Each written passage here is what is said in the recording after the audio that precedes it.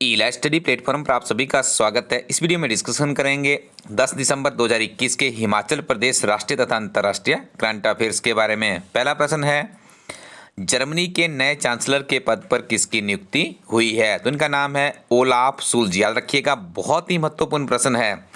देखिए, इससे पहले यदि बात की जाए जर्मनी के इतिहास की, तो पिछले करीब 16 वर्षों से जर्मनी में जो चांसलर का सबसे सर्वोच्च पद है तो उसके ऊपर एंजेला मर्केल विद्यमान थे। लेकिन अभी देखिए, वहाँ पे सत्ता परिवर्तन हुआ है और वर्तमान में यदि आपसे पूछा जाए कि जर्मनी के चांसलर किसे नियुक्त किया गया है, तो आप उसका उत्तर करेंगे ओलाफ शुल्ज। और ये प्रश्न आपके कॉम्पिटिटिव एग्जाम के लिए बहुत ही इम्पोर्टेंट है। राज्यसभा में नेता प्रतिपक्ष कौन है? तो इनका नाम है मल्लिकार्जुन खड़गे। जैसे आपको ज्ञात ही है कि लोकसभा में बीजेपी का बहुमत है, तो निश्चित तौर पे यदि आप राज्यों की राजनीति की बात करेंगे तो वहाँ पर भी बीजेपी के पास ही मेजॉरिटी है। तो जो राज्यसभा के सदस्य है वहाँ पे यदि बात की जाए तो यदि राज्यसभा में भी अधिकतर ही देखने को मिलता है कि जो सत्ता पक्ष रहता है उसी का बोलबाला चलता है। लेकिन कई बार ऐसा भी होता है इसमें कि सत्ता पक्ष का कम यहाँ पे समर्थन मिलता है, लेकिन वर्तमान समय में कुछ परिस्थितियाँ डिफरेंट है। तो आप याद रखेंगे, राज्यसभा में जो नेता प्रतिपक्ष का मतलब है विपक्ष के नेता कौन है? मल्लिकार्जुन खड़गे है।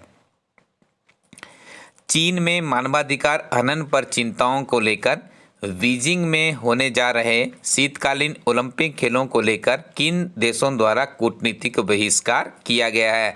तो ये बहिष्कार किया गया है अमेरिका के द्वारा सबसे पहले, और उसके बाद ऑस्ट्रेलिया के द्वारा भी इसका बहिष्कार करने की बात कही गई है। गाम्बिया देश में दूसरी बार राष्ट्रपति पद किसको प्राप्त हुआ है? गाम्बिया एक देश है, दूसरी बार वहाँ पे राष्ट्रपति बने हैं जिनका नाम है अडामा बैरो। याद रखिएगा। भारत के किस राज्य में सबसे ज़्यादा अनुमानित स्वर्ण ऐसक के भंडार है? इस राज्य का नाम है बिहार। और साथ में आपको याद रखना होगा, दूसरे स्थान पर है राजस्थान और तीसरे स्थान पर है कर्नाटका। एक बार पुनः आपको इस प्रश्न को रिपीट करवा दें। बात की जा रही है अनुमानित, एक अनुमान लगाया गया है कि भारत के किस राज्य में स्वर्ण ऐसक के सबसे ज़्यादा भंडार है, तो इसका उत्तर होगा बिहार। दूसरे स्थान पर राजस्थान, तीसरे स्थान पर है कर्नाटक। और आपको बता दें, जो सोर्स ऑफ स्टडी मटेरियल है हमारी टीम का इस प्रश्न के लिए, तो इसके लिए अमर उजाला समाचार पत्र का इस्तेमाल किया गया है।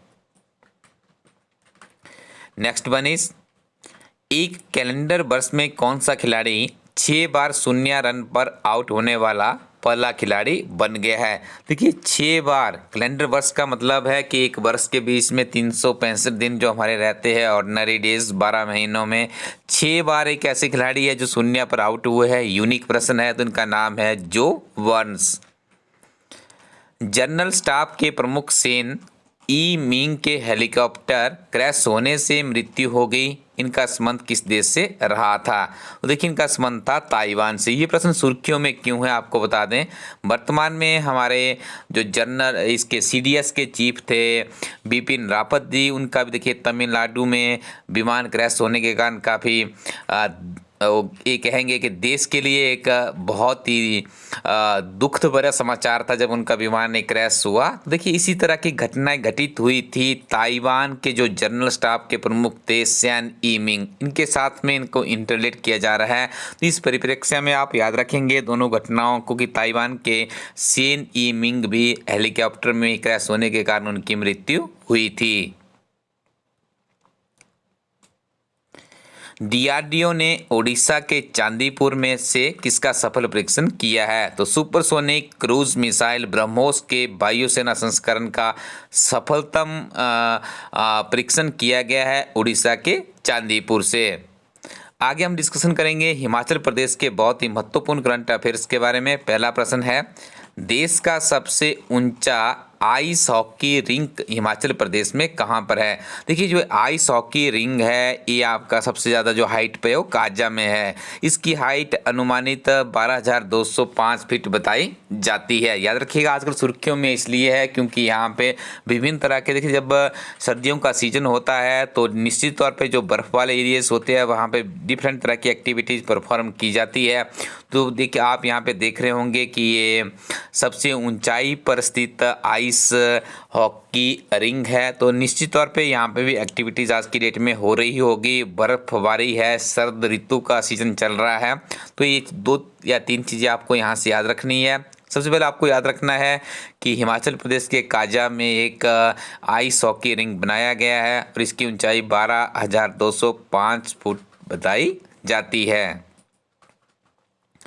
कांगनीधार हेलीपोर्ट किस जिला में स्थित है? देखिए ये स्थित है मंडी में। सुर्खियों में क्यों है? हिमाचल प्रदेश में पवन हंस कंपनी के द्वारा डिफरेंट तरह की एक सर्विसेज प्रोवाइड की जा रही है। यदि आप मंडी से शिमला जाना चाहते हैं तो कुछ चंद मिनटों में ही आप वहां पे पहुंच सकते हैं उस सर्विसेज के माध्यम से। पूरे हिमाचल में काफ़ी चीप लेवल की सर्विसेज सरकार के द्वारा अवेलेबल करवाई जा रही है।